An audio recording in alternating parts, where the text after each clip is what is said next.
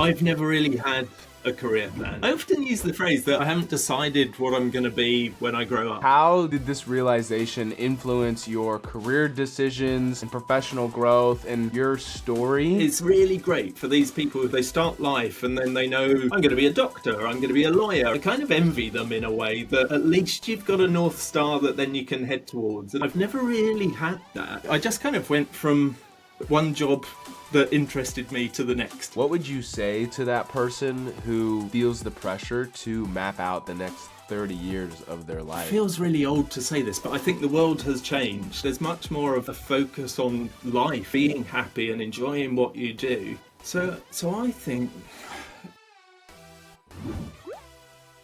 Hey, welcome to this week's episode of Power Talks. My name is Griffin, the host of the Citizen Developer channel. And today I'm joined by special guest Simon Owen. Simon, thank you so much for being here.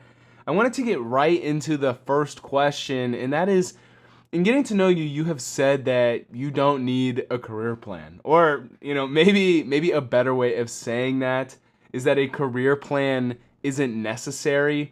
And I kind of wanted to ask you, how did this realization influence your career decisions and professional growth and kind of your story as far as how your career goes? Yeah, cool. Happy to. That sounds really contentious, positioning it like that, doesn't it? You shouldn't have one of these things. And it's a bit clickbaity. I guess if I give it a bit more context, I've never really had a career plan. So when I often use the phrase that I haven't decided what I'm going to be when I grow up.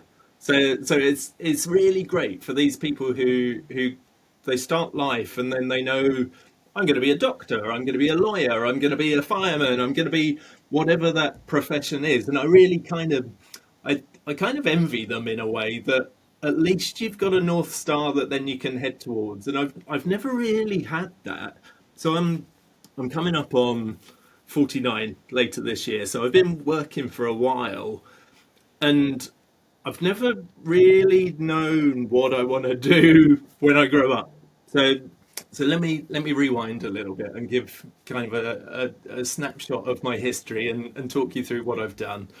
And it might start to become clear that I haven't really got a clue around this stuff, but it's worked out fine. So that's kind of the kind of reassuring bit of the story, I guess, that I started, if I go back to my university days, I did a degree in chemistry and I chose that because I enjoyed it. So I thought, yeah, this seems right. This seems a good, solid career, nice direction that I could head into. And as part of that, I worked for Shell in the Netherlands for a year, just for a part of that course. And I came back thinking, I'm not sure I'm really enjoying this university stuff. I don't know that I want to study anymore. I quite enjoyed that work and that practical piece of like solving some real problems and making a real difference. So I came out of university and didn't really have something lined up. But I ended up working for another oil company. So it was Mobil initially and then moved to BP, and I was working on an oil refinery, working in a quality control lab, and then I got into doing some project work as well, and some of that was IT projects. So it was a laboratory information management system, and I worked with some IBM consultants at the time for nearly a year getting this new system in. I thought, actually, I really enjoy that. I get it. I can explain it to people. I can go out and train people. I can understand where it fits, and suddenly plunged back into kind of working in a lab, and I thought, oh, this isn't for me. This isn't what I'm supposed to be doing. So I ended that, and then at the time I was doing a load of karate training, and the club were trying to grow. So they said, well, we're looking for people to try and go out and tell people that we've got these classes and try and grow it. So I went out on the streets, door to door, and tried to sell karate for 9 months. Turns out there's not really any money in that. And during the winter months, it's pretty horrible out there. It's like snow and rain and water. So that didn't last. And then I thought, right, I enjoyed training people, doing the karate stuff. I was helping with kind of kids training as well. Really enjoyed that. Let's bring those things together. I'm going to be a teacher. So I thought, right, in 9 months' time, I'm going to start learning how to become a teacher. I'll go out into the world and I'll make a difference doing that. And I needed some money in the short term. And one of my friends was working for GSK, the pharmaceutical company, at a factory. And he said, well, come along, easy job, decent money, fill your time and learn some stuff. And then when you're ready, you can just go off to do your thing. I ended up being there for 16 years. So I started working there. Permanent role came up. I started some leadership positions. I got into SAP and master data management and business processes, and then moved into the IT organization and IT service management, IT strategy, IT leadership, digital transformation programs, Power Platform. And yeah, I just kind of went from one job that interested me to the next. And eventually that GSK story came to an end, and like big organizations do, there were lots of rounds of redundancy. And eventually I thought, actually, I don't know where this is going. It's time for me to go. I left there and joined Avanade in the Power Platform consulting space 2 weeks later. And I've been with Avanade for 3.5 years now.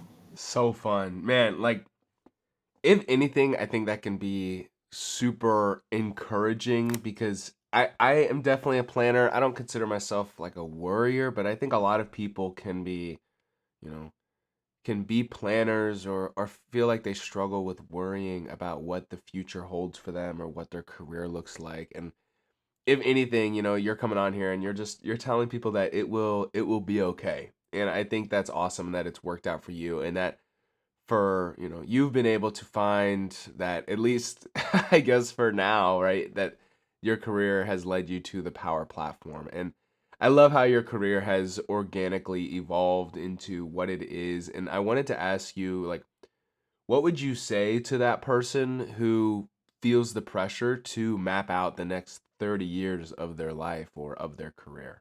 So I think it feels really old to say this, but I think the world has changed.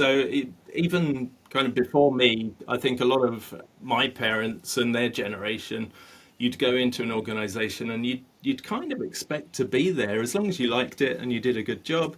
You expected to be there for decades, maybe until you retired. But I think the world is different now. There's much more of a focus on life, I think, and being happy and enjoying what you do. And I think for me that's the key. I think there's got to be a bit of, I suppose there's trust in the process, I suppose, and finding what makes you happy and what you enjoy about a job or some people that you work with or where you work or why you do something. And I think finding those little nuggets is really key. And I'd love to know if other people go through these same kind of cycles, but I often find that I move into a new position, either within an organization or a new organization, and then there's a massive steep learning curve at the beginning. And I really love that bit. I struggle a bit with it, but eventually that stuff gets easier, and it's like almost, well, we've reached the turning the handle stage now where I can do it without too much drama. And then I go off and find, well, what's the interesting thing or the problem that I can get involved in, and sometimes that turns into a next role or it opens my eyes to a different opportunity. I think I think finding it, trusting that kind of going through the process, you'll find what excites you and what is it to be you and what do you need in a role. And you don't always know that right from the beginning. Even now, I couldn't tell you, well, I was going to say I couldn't tell you what I want to be doing in 10 years' time, but I'm starting to think more and more about early retirement and what life might be like then. But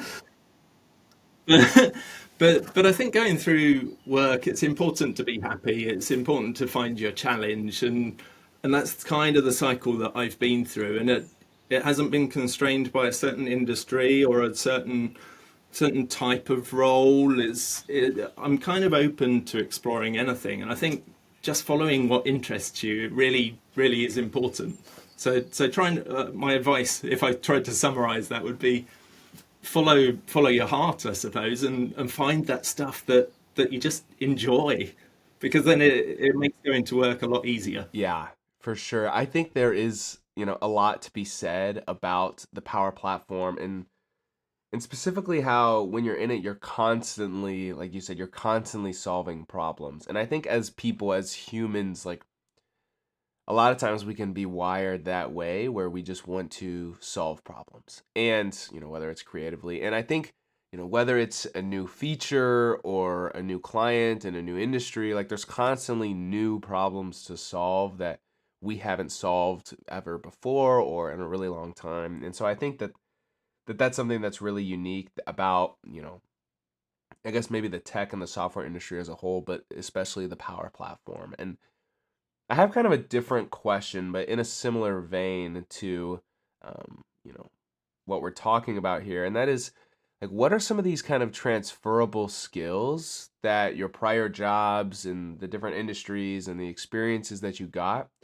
What were some of those transferable skills that you were able to learn in that time and bring into your Power Platform consultancy that allowed you to excel today? That's such a great question, and it's something that often I've not realised until kind of having these kind of conversations. And then I go, this is how it's all come together. If my life was a book, I think my career chapter at the moment is kind of realizing. Oh, have you seen the movie Slumdog Millionaire? It's quite old now. Have you seen it? No, that's okay.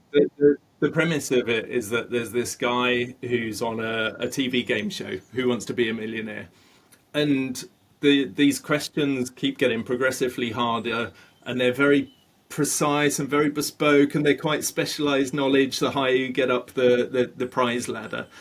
And the whole movie plays out with him. Each question refers to a period in his life, so he knows like all this stuff right up until he gets to the top question. And I think coming into this chapter of my career, into the consultancy chapter, it's kind of been a bit like that I've thought, oh, okay, well, all these different industries or these different roles that I've done over the years, actually they all come together, all the like jigsaw pieces that have made me into me and given me the skills that I want. So there's stuff like an oil and gas period in my career, so I know a bit about refining and how the processes work and that kind of side of things. There's a pharmaceutical side and a manufacturing side to that, so I can speak the language of those and understand some of the problems and what the regulatory constructs are and all that kind of stuff. There's kind of the chemistry and the degree side of things. There's business process bits, there's IT service management bits, and now there's kind of consultancy skills bit. And I think what's been kind of really key, I suppose, to my success is recognizing that although it from like if you're down in the detail, it looks like a load of jumbled up things that are not really connected at all. But if you take a bit of a step back and you get a bit of a broader perspective, you think, actually, I can connect these dots, and they allow me to bring something special to whoever I'm working with, and that might be kind of pivoting to understand a customer perspective, or it might be talking about from the IT service management perspective and how somebody might run Power Platform as a service. So I think learning or reflecting on what all of those different pieces are that make you you is really valuable, because we're all unique and we all bring something different to the party. So it's something like that, I think, that I would share. Awesome. I love what you have to say there because I think like anything, especially a career, can be really intimidating to like think about change and wanting to switch things up. And I also think that people discredit themselves largely as to how they could be really good at what they do. I have a colleague of mine and we started about the same time and he was coming from basically a decade of retail experience, kind of being a store manager and being on the floor and they might not have known the Power Platform, but They know the day-to-day of what being a store manager in a retail location is like. They know the nuances, they know the annoying parts, they know the things that they struggle with. And so even though they don't necessarily know the Power Platform, they have a decade of retail experience. And so, you know, they can now, if you able are like tacking on the Power Platform, can go and develop solutions for retail businesses and lean on a decade of that experience. And so I agree with you completely, Simon. And that is, kind of the point of this show is like to tell people that a Power Platform career can be for them and that you have these transferable skills. You are not starting from ground zero. So I love what you have to say there. I do want to switch up the conversation a little bit into communities. And so I know that you enjoy growing communities, and this is kind of a major theme as a part of either your work or what you do, or maybe even your day to day. Like, I want to discuss how building these communities for organizations or building these online communities, and like the advice that you would give to people or organizations wanting to scale their Power Platform adoption effectively. Yeah, sure. So I this is it's going to come across, I think, through the through this session that I've just kind of made it up as I've gone along, and I think that's probably quite fair that I have largely made up everything as I've gone along. So obviously there's some formal education and there's some formal training, but when I was in GSK, I stumbled across the Power Platform and that we had that available, and didn't really know anything about it, and so there was a bit of exploring on, well, what is this and why would we use it and who would use it and what benefit would it give, and it was really it's really started my Power Platform journey started with that, and I didn't know all the answers. I didn't know all the problems that could be solved. So I started a little group that started with a throwaway comment. So it was Power Apps, Power Automate, or actually it was Flow at the time, but Power Apps and Power BI. And I started this email to a small group of people that just said, "Hello, Power Rangers," and just threw it out there as a bit of a fun introduction. And what I was suggesting is that we got together for a week, for an hour every week, and we'd just learn this stuff. We'd kind of experiment, and it wasn't a big time commitment. So we would go out there into our different business areas, and we'd just see, well, what could we solve with it? How do we visualize data differently? How do we build apps to kind of manage data? How could we automate processes? And then we would come back the next week and it would say, oh, look, I've learned this really cool thing. And then we would all kind of congratulate each other. But it wasn't all kind of success. So we hit boundaries, we hit problems, and so we started helping each other solve these problems and overcome them. And so this Power Rangers thing started to become a thing. It became an identity. And our group was in person, and it grew. It grew from 8 people to maybe 20 people. We started like an online group because we had social media internally. It was Facebook workplace. So we started a little workplace group in there, and people would start to join it, and that community, it grew from like that initial 8, and 3 years later it was 4,500 people across 70 countries, little in-person groups meeting so that they could help each other, all of us sharing and assisting each other's. And it was just mind-blowing. It literally was me making it up as I went along and just trying to inject as much energy as I could and connect as many people as I could so that it would benefit the people. And I think in organizations, we often talk about putting people at the center of everything we do. And it's nice as an intent, but it's not always how a business works, because business is about the outcomes and it's about the money at the end of the day in most cases. So I was in a lucky position, I think, in that gave me some space to be able to experiment. I was at a reasonable level of the organization. I had kind of a reputation and respect of people who trusted me. I was going through a redundancy process, so I was a little bit off the radar in terms of objectives.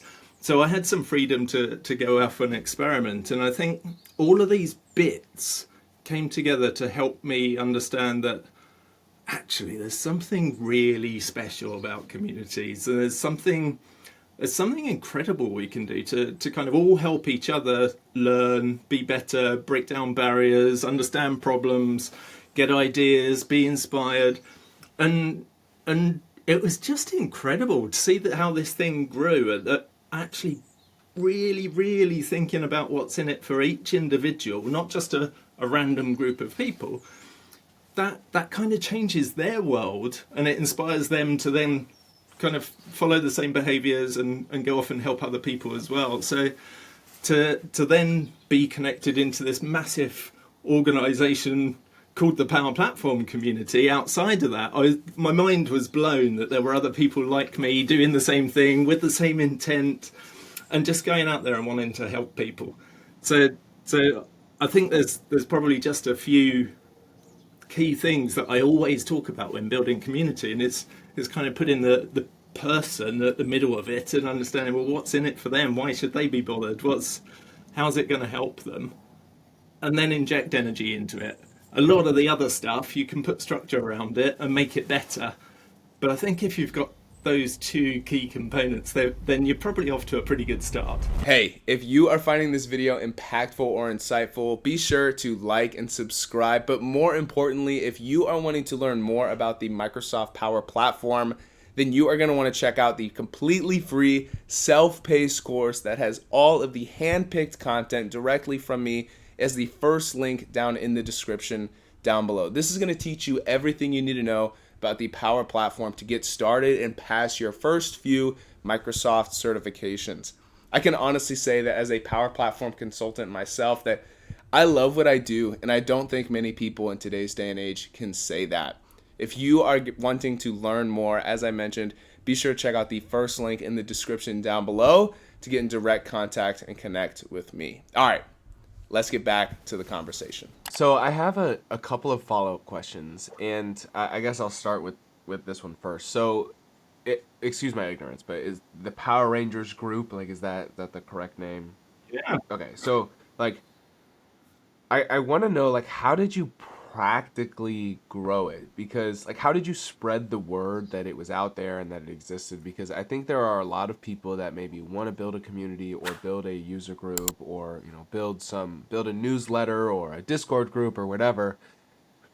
There's a lot of people that want to grow it, but I want to ask you, like, how did you practically grow it? I understand putting the user or the person in the center and figuring out what they want, but, like, what does that mean practically? How do you actually get 4,500 people to join the group?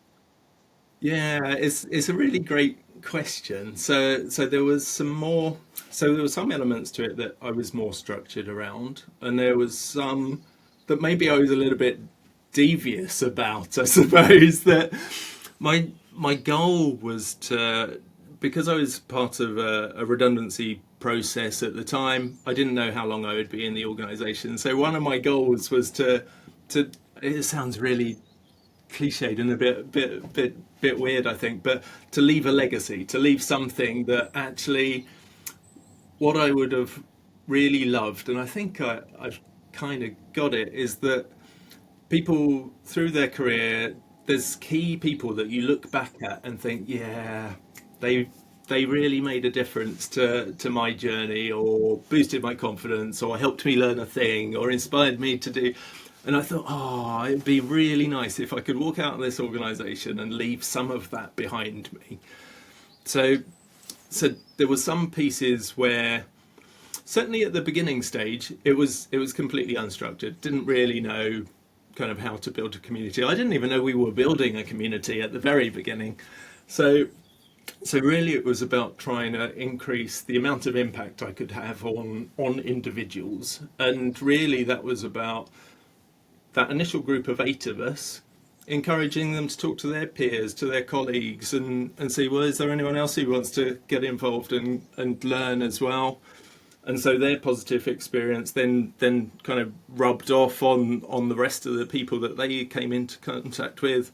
So there was that kind of active encouragement of people to be part of a thing, so actively joining in. But then as it grew, I thought, oh, there's something special here now. I think I can attract more people. So being like Facebook, Workplace has loads of different groups with people with different interests, different parts of the organization. So then I started kind of leaving breadcrumbs back to our group to see how I could grow it. So there was a Power BI group. So I used to, has anyone heard about Power Platform? It works really well with Power BI. You can come over to this group and you'll find out a lot more about it. Or if there was a business question about, how might I tabulate some data in Excel? I said, well, you could do it like that. Or maybe you could use a Power App. I've heard there's this group over here that... so I started kind of leaving these breadcrumbs from various different groups back to our Power Rangers group, and actively then getting excited as the numbers started to climb. So that was a little bit more devious, I think, and a little bit more targeted. But then it reached a tipping point where actually we'd had some pretty good successes. We'd had visibility into some of these posts into the bigger groups. They got a bit more momentum. They got a bit more visibility from leaders, but also from the comms organization. So all of a sudden, people were going, this looks like a success that we could promote in our end of year town hall for IT, or that we could showcase to our president of manufacturing. So all of that stuff then started to amplify it, and the rate of people joining and knowing about it, it became just a term. It became known as a thing. It became a brand in itself. So I think that was quite disjointed, but so there's some unstructured stuff where just keeping that person at the beginning, at the center of things, and thinking, well, how could I help more people? There's some more tactical moves around that. And then it's probably as it goes through maturity level, then there's okay, I quite like the buzz of seeing this number of members going up. How do I make it even bigger and have even bigger impact?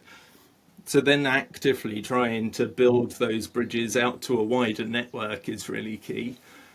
And then if you can start with senior sponsorship, excellent, always the easier way to go.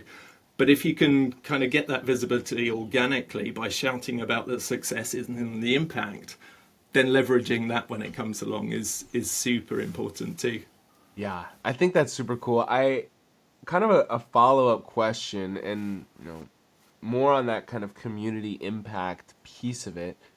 You were recognized as a power champ. I must admit, I was not too familiar with what this was before, but and correct me if I'm wrong, but you are now a recently recognized Microsoft MVP, correct? I am.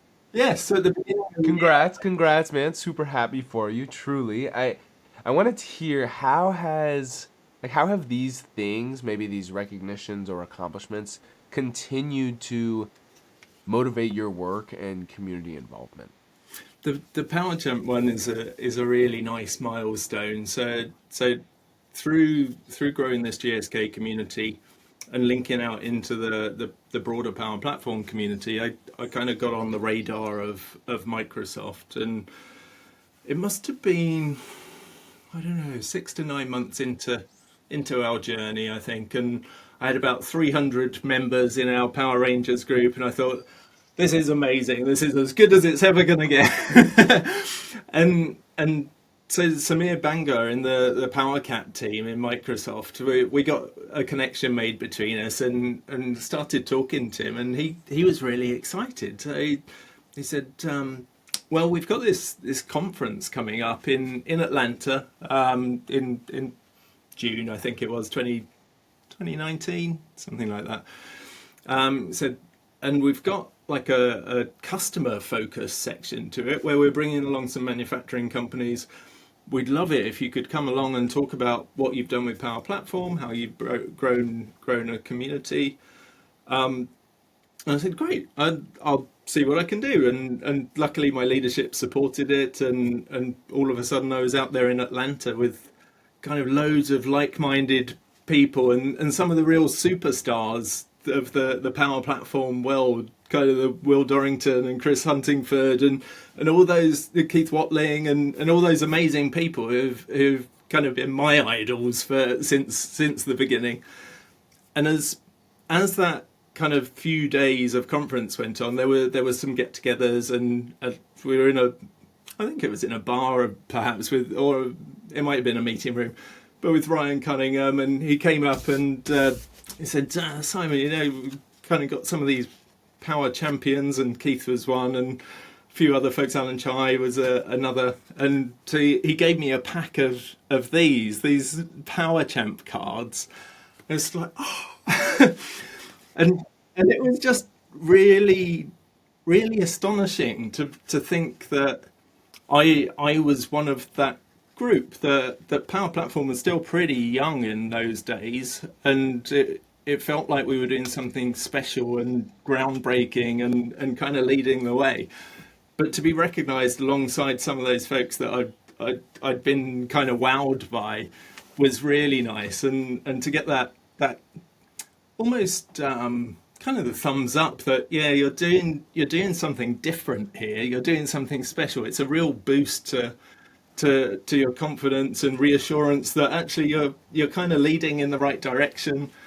So I think getting that, and then MVP earlier this year was another example of that, where I've been in the community for a long time. It's like 5, 6, 7 years now in various forms, and speaking and going to events, and the last nearly 2 years blogging as well. So to get that recognition that, yeah, you're making a difference, you're doing something special, is a real nice confidence boost, and it's just reassuring and I guess reinforcing that what you're doing is making a difference. Because I think that's why all of us get into this kind of community side of things, right? Like I did from the very beginning, that I want to make a difference to people. I want to build their capability. I want to show them that there's a way that they could boost their career or go on a different journey.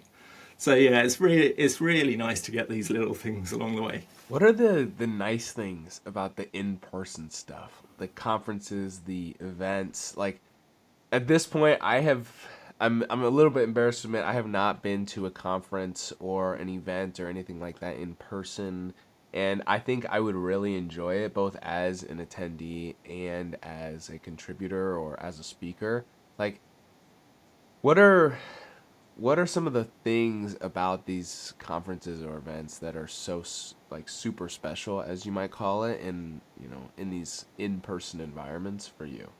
I think so. So you see these lanyards just behind me. They're all kind of conference things. I wasn't speaker at all of them, but a fair number of them.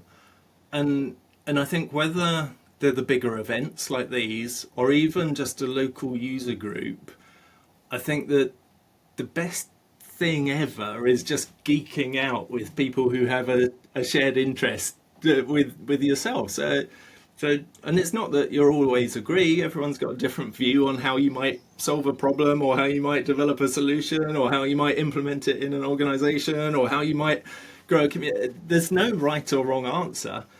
And just having a bit of that challenge and learning from each other, I think it doesn't matter so much whether it's like a user group of 10 people, or whether you're out speaking to a room of 150 or whatever. It's that same kind of, I think pulling that same buzz from both is really fun. I really like the connecting bit. And then I guess if I build on that, so after I've perhaps spoken at a session somewhere, the people who come up afterwards, or the people who ask questions at the end of that session and then want to come up and connect, all that stuff is like, yes, I've shared some knowledge in a way that actually it's opened somebody's eyes, or it's made them think about something in a different way. All that stuff I find really exciting. I love that engagement part. Yeah, I think that's awesome. I think there's something really nice to be said about, you know, that people share that it's impactful to them, that it's kind of fruitful to be helping and teaching others, whether it's to learn something or to pass an exam or something like that. And I have one final question for you regarding communities. And specifically, is there anything different for companies that are looking to grow an internal Power Platform community as opposed to an online community? Like, I'm thinking if I'm a director of a company or a VP and I'm still listening to this conversation, like, how can I get people at my job, at my company, to be fired up about developing Power Platform solutions and teaching each other things and whatnot? It's a great insight, actually, because well, I think there is a difference, but I'm not sure there has to be. So let me explain a little bit where my brain is on this. So I think in an organization, we generally think and act in a certain way. We've got processes on how to do stuff. If we're launching a thing, then there's a way that people have done it before. I think that sometimes that constrains how we do something. So if there's something new that comes along, generally we'll fall back to that tried and tested method, whether it was successful or not. This is how it's done. This is how we do it. We create these and we do that, and then we make a comms plan, and then we do, and that's not to say any of that is wrong, but I think there's different types of change. And perhaps in an organization, we can think about things in a little bit of a different way. There's a really great guy whose books, I've read a couple of his books, Leandro Herrero, and he talks about viral change. And he's got a really interesting career background as well, and also spent some time in pharma, I think, as well, from memory. And he talks about not necessarily the processes and that structured part of it, but more that change is about changing behaviors. And it doesn't matter whether that's executing a process or being a community member or contributing knowledge or helping somebody else. It's all about changing behaviors, and kind of brings us back to that. Well, what's in it for them? I think tapping into that more human element is something that we sometimes lose in organizations. And I think about it in the same way as learning, that Power Platform learning, there's a different way of doing it perhaps than we may have done for other organizational learning in the past. Like, and I the example I often use with customers is like, if I'm at home, I learn in a different way perhaps than I'm at work. So if my washing machine breaks or my dishwasher breaks or whatever, I don't go off and do a training course on how to be a washing machine repairman. I just don't. I may bring someone in, but it's quite likely actually that the first thing I'll do is go to YouTube. I'll look up a video on, has somebody solved this already before? And just taking that different way of learning into an organization, it has to be, because the rate of change around the platform and the new features and functionality that comes in, no organization, even Microsoft, I guess, can stay on top of all of those changes in a really meaningful and effective way. So we've got to learn differently. We can't do it in the same way. And it's exactly the same learning and change and growing community. I think there's just a different way. And you could think about change by setting a North Star, getting a senior sponsor, running a pilot, cascading it out across the organization, and that's absolutely fine. I think for top-down changes, that's absolutely great. But where you're trying to change behaviors and it's an opt-in change, I think there's a different way of doing it. And that's what I really try and advocate and showcase also, that often it's cheaper, it's easier, because it's a different set of skills maybe than you used before, but identifying all these change agents, training them all up, putting training plans in place, some of that is really important for things like governance. But for everything else, I think we can be a bit more flexible. It's like they're growing that community in GSK. There was me. And I was doing it part-time along trying to establish governance and do all sorts of other stuff. So I think just kind of opening eyes to there being a different way is really key. But you're right, it is different, but I don't think it has to be. I think that is super insightful, and you've kind of opened the door to my next question, and that is regarding governance. And like, to my understanding, you need to find this balance in governance, this balance between like restrictive security, but also value enable it, as we might call it, like allowing people to actually be able to use the system, enjoy using the system, do things creatively, problem solve, etc. Like, kind of what is your approach, maybe your philosophy to balancing these two things?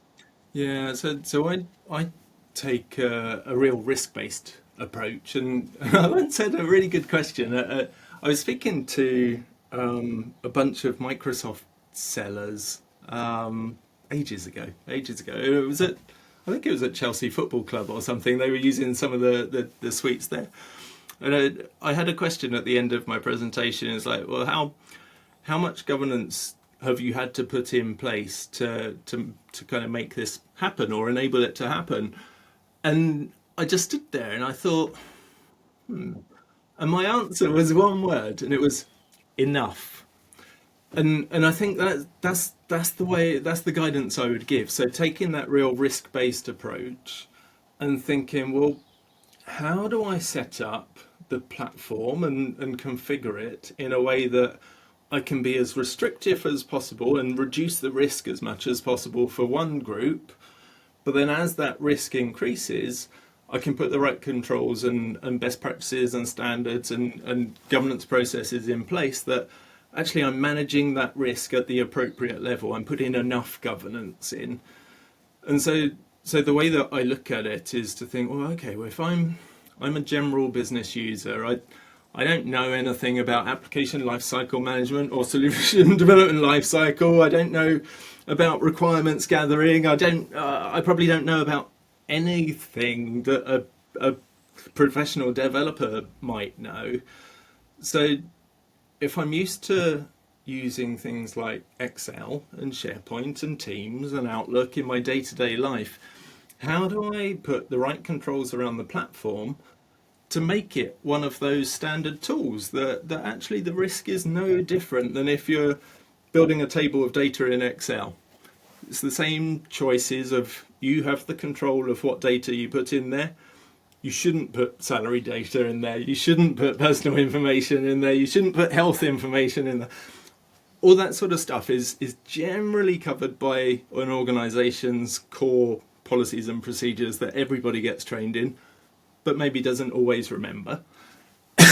But taking that mindset of treating it like those tools, and I think Ryan Cunningham often kind of paints that vision of the future that eventually Power Platform, copilots, agents, they're just going to be how we work day to day. They're just another tool in the toolbox. So how do we set up the governance and the processes to make them exactly the same and be as free as possible, but constrained for the biggest audience? And then as that risk rises, we put in things like architectural review boards and governance processes and business cases and security reviews and privacy reviews and all that kind of stuff that has to be there for some of those solutions.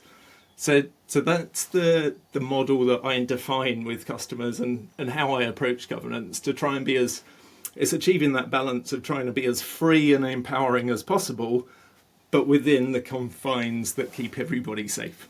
Okay, so I must admit, I think governance and security can kind of be like my least favorite part of developing Power Platform solutions. And I'd rather go build an app or a Power Automate flow or something that is cooler, I guess. And instead of building out security roles, and I kind of think about like documenting security roles as well, can be really tedious sometimes, even though there are some cool XRM toolbox tools that can certainly help. But I You've Yeah. sparked an interesting idea. I've had several conversations about this on the show, but thinking about what day to day processes look like, how um, you know organizations can continue to move forward with new things, how certain policies in an org can encourage certain behavior within the people in the organization. But I was talking to other guests and how the addition of generative AI, and more specifically Copilot,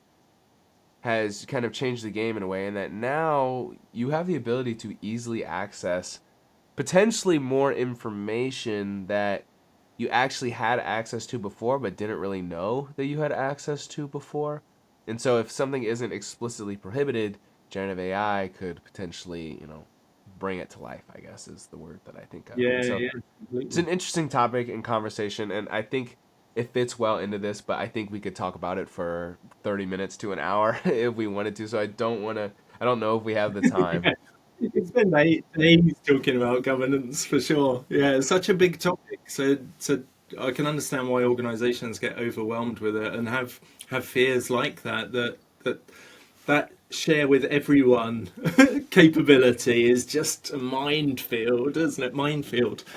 It's yeah, because you don't know what's been shared with who. Yeah, I think organizations that have done their due diligence in building out good systems, having clean data, proper governance, all this sort of stuff, like those are the sort of people who are going to be able to reap the benefits of generative AI and those capabilities that people are pushing and businesses are selling, the AI capabilities people are selling. Like, and I think the Yeah. companies that are really going to struggle are those people who have not done that. And I like they're gonna add in Copilot, or slap it on top of their Yep. system, and it's gonna be really bad. And then they're gonna say, Copilot, this stuff is no good. It's not good. It doesn't do anything valuable, and stop using it. So I think there is kind of that level of things. And I I kind of wanted to switch up the conversation. We are about at time, and I want to take us to the after hours happy hour segment of the show and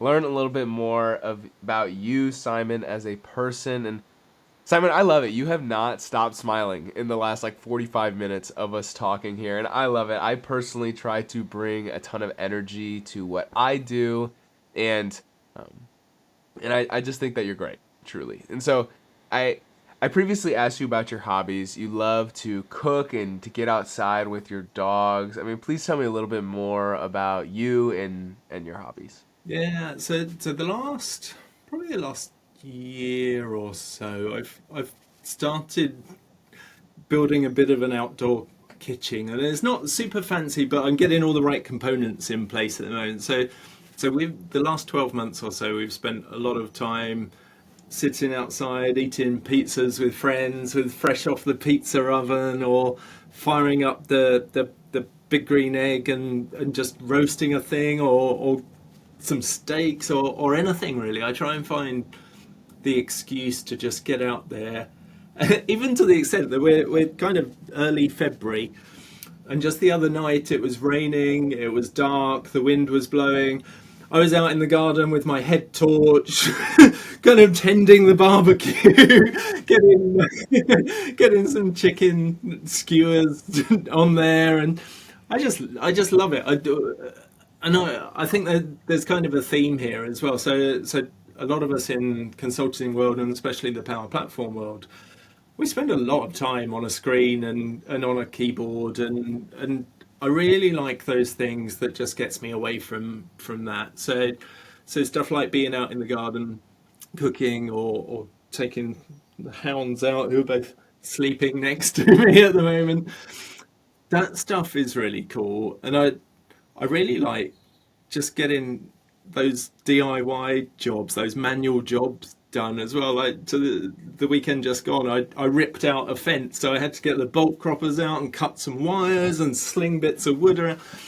I really like just stepping away from the computer and just disconnecting from some of this stuff. As much as I love it, and as much of it is my life, I really like that side of it as well. And I think it's important to have that balance. No, I completely agree. It's funny. I find that I am also staring at a computer screen like all day for when I'm at work. And my hobby right now, I found is I really enjoy creating YouTube content and doing these conversations, but it means that I'm staring at a screen that much more. So sometimes it can feel like I'm staring at a computer screen 12 hours a day, and that's not including my phone, you know? So I totally get that. And I've, you know, sometimes for me, going to the gym is like the only time I get out of the house all week, like going to the gym every day. But if it's not the gym or groceries, oftentimes I'm just here at the house. And so trying to get out of the house and do things as much as I can as well. But I want to ask you too, you're a dog person, you have a couple of dogs. Yeah, we've got a couple of dogs. So we've got Hector, who's a black lab.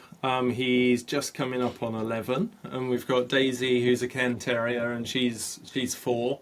We've also got a cat. So Lola, she's about 14 now, I think. And we did have chickens until the end of last year, and we will do again. But yeah, we had some chickens too. Okay, so you have sparked two questions. One, would you recommend the first pet someone get be a dog or a cat? And number two is, what is it that you enjoy about having chickens? I feel like this idea of like homesteading and building a full garden and chickens and whatever is becoming more and more popular. What are your thoughts? Oh, I think the dog versus cat one. There's never gonna be a right answer. I never had either growing up as a kid, and I got together with my partner coming up on 4 years now, and she had the creatures before I joined. So I've had kind of the experience of going from none to both. And I hope she's not listening, but I hope the cat's not listening. But I prefer the dogs, and I think it's just it's weird, isn't it? They've all got their own personalities, and I like all of them in their own way. But I think you can just be a bit more interactive with the dog and taking them out for walks and that kind of stuff. It fits in with what I like to do and getting out in nature. It's not so easy with the cat. Yeah, the chickens. So my partner, she got a bit obsessed, I think, over COVID and lockdown, and so we at one point there were, I don't know, 20 plus 25 maybe chickens, which was just incredible because you're constantly feeding them and topping up their water and emptying the eggs, and it's a bit of an overhead. And then when people could get out to the shops after COVID, they didn't need eggs anymore. So we had eggs kind of everywhere, coming out of our ears, in our pockets, just eggs everywhere. So that didn't really work. But I think it's really nice being close to your food. So knowing its provenance, knowing that the animals have been looked after, I think that's really important. And we try and do that with a lot of our shopping. So any kind of meat, probably less so fish, but there's local butchers, and you know where they're roaming and where the creatures are kept, and that they're looked after and they're respected, and all that kind of stuff is important to me. So the chickens are a nice extension of that. I love it. I love it. I think how you feel your body is really important, and that people should care about it more than they potentially do. Simon, thank you so much for being here. I just connecting with people and sitting down and picking their brain is my favorite part of doing these. And if somebody was listening to this conversation and positively impacted by it and wanted to get in contact with you, what would be the best way to do that? Yeah, so definitely LinkedIn. Connect to me on there, and if you want to read up more about kind of some of those concepts about building communities or establishing governance, I've got a blog, so empoweryour.world.